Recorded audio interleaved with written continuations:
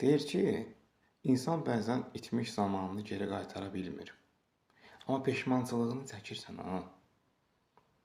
Saatlarla gözünü zilləyirsən, 20'li yaşlarını düşünürsən, 30'lu yaşlarını düşünürsən və nəticə etibarilə də səni ruhunu itirən amillər olur. Bəzi xüsusən qadınlarda olur. Ailə quran zaman istəmədiyi şəxslərdə öz bilmir nə edəcək. Ruhu, beyni itirdi.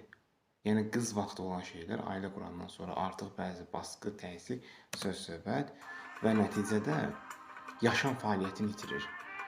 Və bəzi şixir ağalarında isə ailəsinin anasının, yəni evinin içərisinin tapdığı qızla, qadınla ailə quran şəxs nəticədə bir zaman sonra artıq o qadına qarşı istək 0,1% isə baskı təzyiqinin o da yoxdur.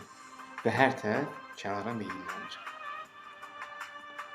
Və beləcə xəyanətlər başlayır.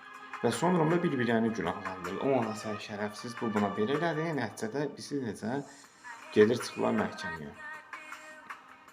Bəri başına niyə insan sevdiyinə ailə qurmasın? Səbəb. Bilirsiniz bu nədən qaynaqlanır? İnsan öz yolunu, məqsədini, izini planlı şəkildə qurmadığı təqdirdə